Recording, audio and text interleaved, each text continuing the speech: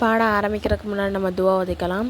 ரப்பி ஷ்ரஹ் லி சத்ரி வயஸ்ஸிர் லி அம்ரி வஹ்லுல் உக்தத்தம் மின் லிசானி யஃப்கஹு கௌலி ரப்பி ஜித்னி இல்மா ரப்பி ஜித்னி இல்மா ரப்பி ஜித்னி இல்மா. அஸ்ஸலாமு அலைக்கும் வரஹ்மத்துல்லாஹி வபரகாத்துஹு. ஒரே மாதத்தில் நம்ம குர்ஆன் ஓத தெரியாதவங்க கூட குர்ஆன் ஓதுறதுக்கு ஒரு அரிய வாய்ப்பு இதாக இருக்கும். இது வீடியோ காலில் உங்களுக்கு கிளாஸ் நடத்தப்படும். அது மட்டும் இல்லாமல் உங்களுக்கு ரெக்கார்டாகவும் வீடியோ உங்களுக்கு கொடுக்கப்பட்டுரும். இதில் யார் வேணால் கலந்துக்கலாம், எந்த வயசுலேருந்து வேணால் கலந்துக்கலாம். ஒன்லி லேடிஸ் மட்டும்தான். அப்படியே பசங்க சேரணும் அப்படின்னு சொன்னால் 10 வயசு கீழே உள்ள ஆண் பிள்ளைங்கள் மட்டும் இதில் ஜாயின் பண்ணிக்கலாம். ஒரே மாதம்தான், ஒரே மாதத்தில் இன்ஷா அல்லாஹ் நம்ம குர்ஆன் ஓத கற்றுக்கலாம். எந்த மாதிரி ஓதணும்னு சொல்லிட்டு ஓதுறதை கற்றுக்கலாம்.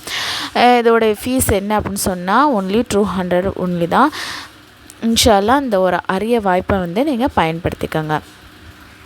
அஸ்ஸலாமு அலைக்கும் வரஹ்மத்துல்லாஹி வபரகாத்துஹு.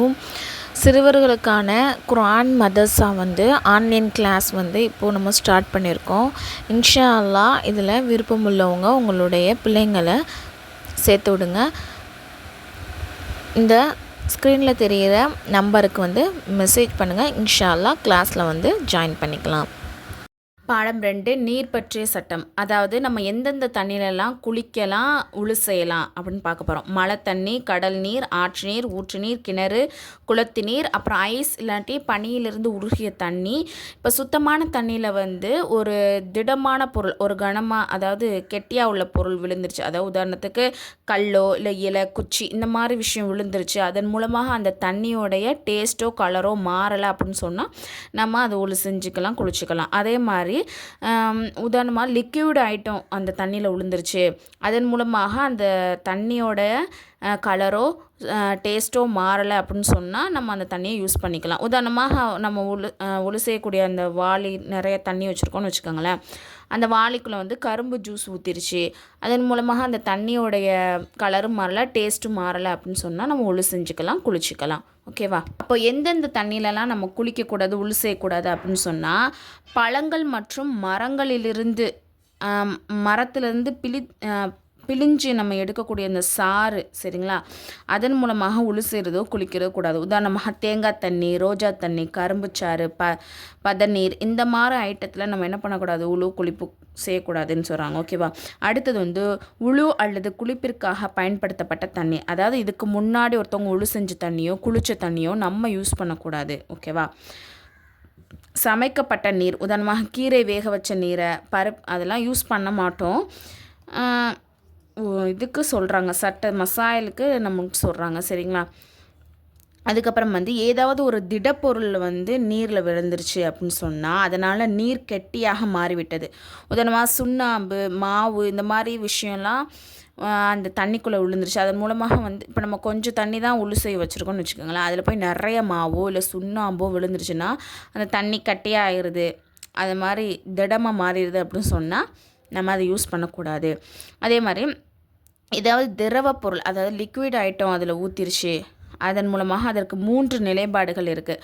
அதாவது ஒரு தண்ணியில் இப்போ லிக்விட் ஐட்டம் ஊற்றிருச்சு அப்படின்னு சொன்னால் அதுக்கு 3 சட்டங்கள் சொல்கிறாங்க. என்ன ஃபஸ்ட் அப்படின்னா, இப்போ அந்த லிக்விட் ஐட்டம் தண்ணியில் விழுந்துருச்சு, அதன் மூலமாக நிறமோ மணமோ சுவை அவற்றின் 2 தன்மைகள் நீரில் தெரிந்துவிட்டால் அந்நீர் உழு மற்றும் குளிப்பு கூடாது.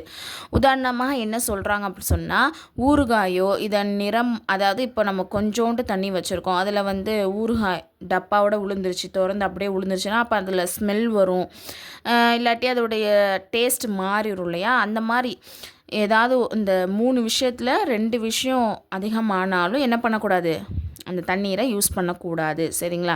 அடுத்து திரவ பொருளின் 2 தன்மைகள் இருந்து, அதாவது நிறமோ சுவை அவற்றின் ஒரு தன்மை நீரில் தெரிந்துவிட்டால் அந்நீரால் உழு மற்றும் குளிப்பது கூடாது. உதாரணமாக பால், இதன் நிறம் சுவை உள்ளது. அதாவது பாலில் கலரும் இருக்கும், அதாவது ஒயிட்டாக இருக்கும், சுவையும் இருக்கும்ல. அப்போ அது தண்ணியில் விழுந்து அதோடைய தண்ணி ஒயிட்டாக மாறிடுச்சு, அதோடைய டேஸ்ட்டும் அந்த பாலுடைய சுவை வருது அப்படின்னு சொன்னால் அதை நம்ம யூஸ் பண்ணக்கூடாது. ஓகேவா? அந்த பாயிண்ட் என்ன சொல்கிறாங்கன்னா, இப்போ நம்ம உழு செய்கிறதுக்கு ஒரு தண்ணி வச்சுருக்கோம், அந்த தண்ணியில் எந்த ஒரு சுவையோ நிறமோ இல்லாத ஒரு லிக்விட் ஐட்டம் நம்ம ஒழு செய்யக்கூடிய தண்ணியை விட அதிகமாக அது வந்து கலந்துருச்சுனாலும் அதே என்னதை யூஸ் பண்ணக்கூடாது. உதாரணமாக மற்றவங்க யூஸ் பண்ண ஒழு செஞ்ச தண்ணியோ குளிக்கிற தண்ணியோ நம்ம ஒழு செய்கிற தண்ணியில் ஜாஸ்தியாக வெறும் வாளி தான், அதில் வந்து ஜாஸ்தியாக இந்த தண்ணி தான் அதிகமாக இருக்குது இல்லை சரிசமமாக இருக்குன்னாலும் என்னது தான் அந்த தண்ணியும் புழங்கப்பட்டதாக தான் கருதப்படும். அதனால் டோட்டலி நம்ம வந்து அதாவது குளிப்புக்கோ அதாவது சுத்தமான குளிப்புக்கோ உழுக்கோ நம்ம யூஸ் பண்ணக்கூடாது. சரிங்களா. அடுத்தது வந்து அசுத்தமான நீர். இந்த மேலே எத்தனை மொத்தம் வந்து 5 பாயிண்ட் சொல்லியிருக்காங்க, 6 பாயிண்ட் சொல்லியிருக்காங்க. இந்த 6 பாயிண்ட் தண்ணியே நம்ம என்ன பண்ணக்கூடாது, குளிக்கிறதுக்கோ கடமையான குளிப்புக்கோ உழு செய்கிறதுக்கோ நம்ம யூஸ் பண்ணக்கூடாது. சரிங்களா.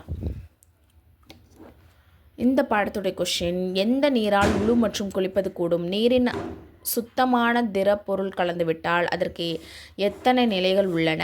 எந்த நீரால் உழு மற்றும் குளிப்பது கூடாது? பாடம் 3, நீர் எப்போது ஒரு நீர் வந்து எப்போ அசுத்தமாக ஆகும் அப்படின்னு சொன்னால், நீரில் கொஞ்சமாக தான் இருக்குது நீர், அதில் ஹராமாக்கப்பட்ட விலங்குகள் வந்து வாய் வச்சு அந்த தண்ணியை குடிச்சிருச்சு அப்படின்னு சொன்னால் அந்த தண்ணி வந்து யூஸ் பண்ணக்கூடாது, அசுத்தமாயிரும். சரிங்களா. உதாரணத்துக்கு நாய், பன்றி இந்த மாதிரி. அடுத்தது வந்து நீரில் ஏதாவது ஒரு விலங்கோ அல்லது பறவையோ வந்து செத்து கிடக்குது அப்படின்னு சொன்னால் அந்த நீரை வந்து அசுத்தமாகிரும். உதாரணமாக புறா, எலி. சரிங்களா. அதே மாதிரி தண்ணியில் வந்து ஏதாவது ஒரு அசுத்தம் விழுந்துருச்சு, அந்நீர் வந்து அசுத்தமாகிரும். அசுத்தத்தின் தன்மை வெளிப்படாவிட்டாலும் சரியே. உதாரணமாக ஒரு வாளி தண்ணீரில் வந்து ஒரு சொட்டு ரத்தம் அல்லது சிறுநீர் கலந்தாலும், இப்போ ஒரு சொட்டு ரத்தத்தினால அது வந்து என்ன ஆயிட முடியாது, அது தன்மை வந்து மாறாது, ஃபுல்லாக ரெட்டாக மாறாது. இருந்தாலுமே அந்த தண்ணியில் வந்து அசுத்தமான பொருள் கலந்துருச்சு அப்படின்னு சொன்னால் அதை நம்ம யூஸ் பண்ணக்கூடாது. சரிங்களா. அடுத்தது வந்து ஹவுல்னால் அந்த பள்ளிவாசலில் வச்சுருப்பாங்களா பெரிய தொட்டி உழு செய்கிறதுக்கு, அந்த மாதிரி ஹவுலு, தொட்டி முதலியவற்றின் தேங்கி நிற்கும் அதிகமான நீரில் வந்து ஏதாவது ஒரு அசுத்தம் விழுந்து அதன் நிறமோ சுவையோ மனமோ மாறிடுச்சு அப்படின்னு சொன்னால் அந்நீர் வந்து என்ன ஆயிரும், அசுத்தமாயிரும். எந்த தன்மையுமே மாறாவிட்டாலும் அந்நீர் வந்து என்னது, அசுத்தமாகாது. மேலும் ஆறு, நதி ஆகியவற்றின் இதே சட்டம் தான். அதாவது இப்போ ஒரு தொட்டியில் தண்ணி வச்சுருக்காங்க அப்படின்னு சொன்னால் தேங்கி தானே இருக்கும். அப்போ ஏதாவது ஒரு அசுத்தம் விழுந்து அதோடைய கலரும் சரி, அதோட டேஸ்ட்டு, அது ஸ்மெல் எல்லாமே டோட்டலாக மாறிடுச்சுன்னு சொன்னால் அது அசுத்தமாயிரும். அந்த தண்ணியை நம்ம யூஸ் பண்ணக்கூடாது. சரிங்களா. அதையே அந்த அசுத்தமான பொருள் வந்து ஒரு ஓடக்கூடிய ஆறில் வந்து விழுவுது அப்படின்னு சொன்னால் அதன் மூலமாக அந்த ஆறே என்ன ஆகாது, பாதிப்பு ஏற்படாது. அப்படி தானே. அப்போ வந்து அந்த தண்ணி வந்து என்ன ஆகாது, அசுத்தமாகாதுன்னு சொல்கிறாங்க. அடுத்தது குறைந்த மற்றும் அதிகப்படியான நீர். இப்போ கொஞ்சம் தண்ணின்னு சொல்கிறாங்களே, அதுக்கான அளவு வந்து சொல்கிறாங்க. ஓகேவா. அதிகப்படியான நீர் எதுவென்றால், நீர் இருக்கும் இடத்தில் பரப்பளவு எவ்வளோ இருக்கணும் அப்படின்னு சொன்னால் 225 சதுர அடி அல்லது சதுர அடி மீட்டரோ இருக்கும்.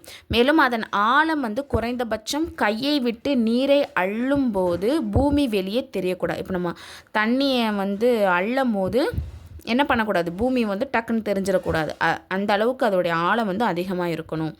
மேலும் எந்த நீர் இந்த பரப்பளவை விட குறைவாக உள்ளதோ அது குறைந்த நீராகும். உதாரணமாக ட்ரம்மு, சிறிய தொட்டி, வாளி, 1000 அல்லது 500 லிட்டர் டேங்க், இது முதலியெல்லாம் குறைஞ்ச தண்ணின்னு சொல்கிறாங்க. அதிகப்படியானதுக்கு இந்த கணக்கு. ஓகேவா.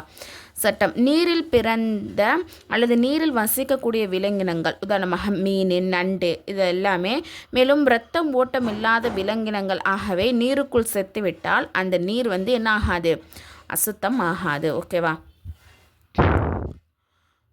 இந்த பாடத்தோட கொஷின், நீர் எப்போது அசுத்தமாகும்? குறைந்த மற்றும் நிறைந்த நீர் என்று எதற்கு சொல்லப்படும்? ட்ரம் தண்ணீரில் மீன் இறந்துவிட்டால் என்ன சட்டம்? வாளி நீரில் ஒரு சொட்டு இரத்தம் விழுந்துவிட்டால் என்ன சட்டம்? இது ஃப்ரீ முஅல்லமா கோர்ஸ். இதில் வந்து 1 இயர் கோர்ஸ். இதில் வந்து ஜாயின் பண்ண விருப்பம் உள்ளவங்க கீழே நான் டிஸ்கிரிப்ஷனில் வந்து டெலகிராம் லிங்க் வந்து கொடுத்துருக்கேன், அதில் வந்து ஜாயின் பண்ணிக்கோங்க. அதில் வந்து இன்னும் சில டீட்டெயில்ஸ்லாம் கொடுத்துருக்கேன்.